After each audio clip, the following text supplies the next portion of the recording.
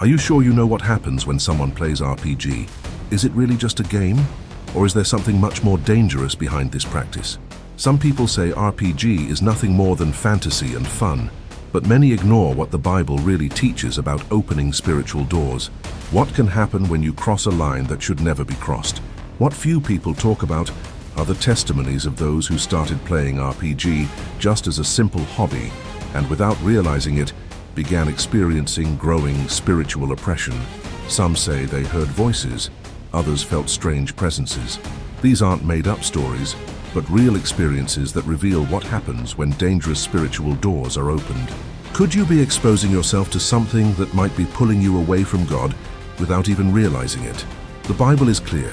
We should not be involved with practices that invoke spiritual powers, even symbolically. But RPG, for some, goes beyond fiction and becomes an entry point for influences that God condemns. Does the Bible accept or reject this? How far can a Christian go without putting their soul at risk? I know this message will touch your heart, so subscribe to the channel and like this video. That way, we can keep bringing content that builds up your life and the lives of so many others. And together we can warn those who are still blind to this danger. Stay with me, because what comes next might change the way you view RPGs forever. Do you know the origin and where RPG really came from? Few people know, but the origin of this game, which many see as just harmless make-believe, is deeply connected to spiritual concepts and practices that the Bible clearly condemns. This isn't a conspiracy theory, it's a fact. The first RPG to gain worldwide attention was the famous Dungeons & Dragons, created in the 1970s. But what few realize is that the elements that make up these games are not simply products of imagination. Many are based on pagan rituals, invocations of mythological entities, and practices that imitate the occultism of ancient religions. Did you know that some of these game manuals describe spells and magic inspired by actual grimoires, books used by occultists throughout history? Now think with me. If the Bible warns us in 1 Thessalonians chapter 5, verse 22, to abstain from all appearance of evil, how can we think it's safe to play around with these things, even symbolically? The question you need to ask yourself is, am I just having fun, or am I normalizing spiritual practices that the Bible rejects? The danger is subtle.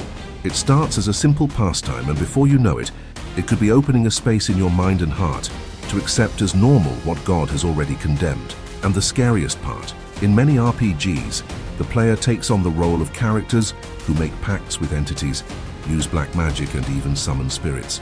Even if it seems harmless, would you put yourself in that position in any other situation? Or better yet, would you allow someone to do that inside your home? So why would you feel comfortable taking on that role in a game? Think about that and answer me here in the comments. Do you think RPG has any spiritual influence? Or simply write, I'm alert. If you've made it this far and want to know what can happen to someone who lives in this kind of fantasy.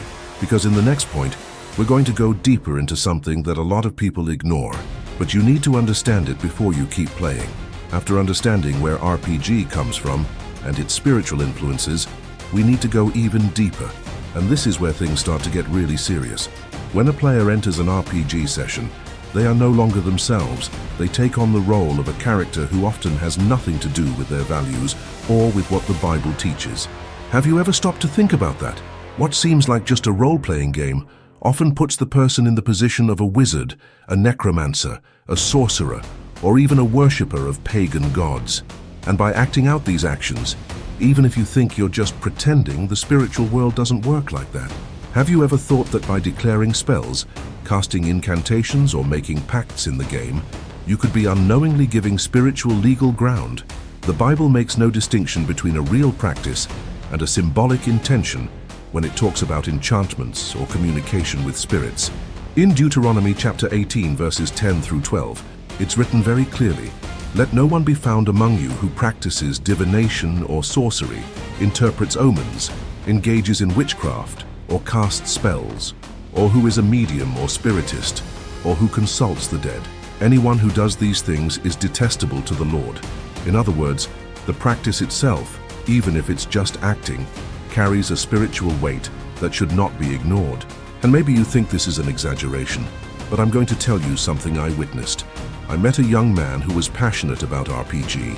He started out playing with his friends once a week, In the beginning, it was just fun, according to him, but as time went on, things began to change.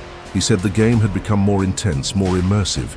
He started spending hours and hours creating characters, studying spells, and diving deep into stories involving pacts and summoning rituals. Up until that point, it seemed like just part of the game. But after a few sessions, he began to say he felt a strange presence in his house. The spaces that had once been peaceful became heavy. Constant nightmares started to torment him. And the worst part, he felt like someone was watching him even when he was alone. He even said he heard whispers during the night, voices calling his name. It was only when he sought spiritual help that he realized he had unknowingly opened a doorway in the spiritual realm through that game. Now I sincerely ask you, do you think this was just a coincidence? Or is it possible that playing characters who make pacts and summon hidden forces is a disguised way of opening your heart and mind to influences that the Bible clearly condemns? Maybe you think this will never happen to you, but is it worth taking that risk? And more than that, what does God think when one of his children who is called to live in holiness voluntarily puts themselves in the position of a wizard or necromancer, even if it's just in a game? Are we playing with something far more dangerous than we can imagine? Comment below, I'm alert, if you understand the seriousness of this subject, or write, I never imagined this, if this has opened your eyes in some way. I really want to know your thoughts on this topic, because what I'm going to share with you next goes even deeper, and it might be the most shocking revelation you've ever heard about RPG. Now that you understand that playing characters in RPGs can open dangerous spiritual doors, we need to talk about something that for many is even more subtle, and at the same time, more dangerous, when RPG stops being just a pastime and starts to take the place of God in a person's life. And here I want you to be honest with yourself. The problem isn't the game itself, but when it starts to dominate your heart. Many people don't realize it, but anything that takes up our time, fills our thoughts during the day, steals our attention, and makes us forget about spiritual things can become an idol. And the most dangerous idols are exactly those that don't seem like idols. Have you ever stopped to think about how many hours of your week you dedicate to reading the Bible, to prayer, or even to serving in God's kingdom? Now compare that to the time you spend creating characters, planning campaigns, researching spells and rules for your next RPG sessions. The Bible is clear in Exodus chapter 20, verses 3 through 5, when it says, "You shall have no other gods before me." There's no negotiation here. Anything that stands before God in your heart has already become another god to you. And here's something few Christians have the courage to admit. It's much easier to justify the time spent on something you enjoy than to recognize that it's taking God's place. How many times have you skipped a church service because you had an important RPG session scheduled? Or how often has the excitement for your next campaign distracted you during prayer time? These are questions you need to ask yourself, because the heart is deceitful, as it says in Jeremiah chapter 17, verse 9. And it's exactly that deception that transforms what seems like an innocent pastime into a spiritual prison. I've known people who started playing RPG as a hobby, and in no time their entire lives revolved around it. It became their topic of conversation at work, their subject with friends, and their last thought before going to sleep. When RPG dominates your routine, your thoughts, and your emotions, it's already become something much bigger than just a game. And don't think you're immune just because you say you're in control. The Word of God warns us, so if you think you are standing firm, be careful that you don't fall. 1 Corinthians chapter 10, verse 12. RPG can become a disguised idol, especially because it involves emotion, creativity, and fantasy. But when you feel more fulfilled creating a fictional character than shaping your character according to Christ, something is already deeply wrong. And the most subtle part of all this is that, unlike other sins that are visible, like stealing or lying, this kind of idolatry often goes unnoticed, even by the person practicing it. It's a silent drifting away. The person thinks they're in control, but by the time they realize it, they've already lost their spiritual sensitivity. And the more they invest in this fictional world, the further they drift from the real world, where God has called them to live a life of holiness. Now think with me. Have you ever stopped seeking God because you were too busy with RPG? Have you ever felt anxious, irritated, or even disappointed because a game didn't turn out the way you expected? Have you ever traded a moment of worship for a role-playing session? If your answer is yes to any of these questions, it's time for an honest reflection. If throughout this video you've realized that RPG has taken a place that should belong to God, or that in some way your spiritual life has been affected, now is the time to make a decision. The word is clear.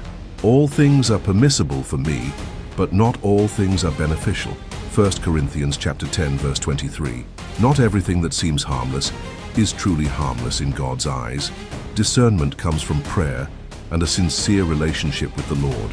Pray, ask for wisdom, and examine how much this type of entertainment has influenced your heart. And if there's any doubt, choose to step away, not because someone told you to, but because you understand it's better to live free from anything that could bind your soul. God has plans for you, and those plans include freedom, peace, and a full life in His presence. Don't let anything, no matter how fun it may seem, steal your communion with Him. If you felt God's voice speaking to you in this video, take a moment now to subscribe to the channel and leave your like. That way you help me continue bringing messages that edify and warn those who need to hear the truth. And if you stayed until the end, comment below, "I love the Bible." I'll love knowing you're part of this community that seeks to live according to the Word. The next video is already on the screen. Is it a sin for a Christian to watch anime? Does the Bible condemn or accept it? Discover the truth. Click and stay with me, because this answer might surprise you.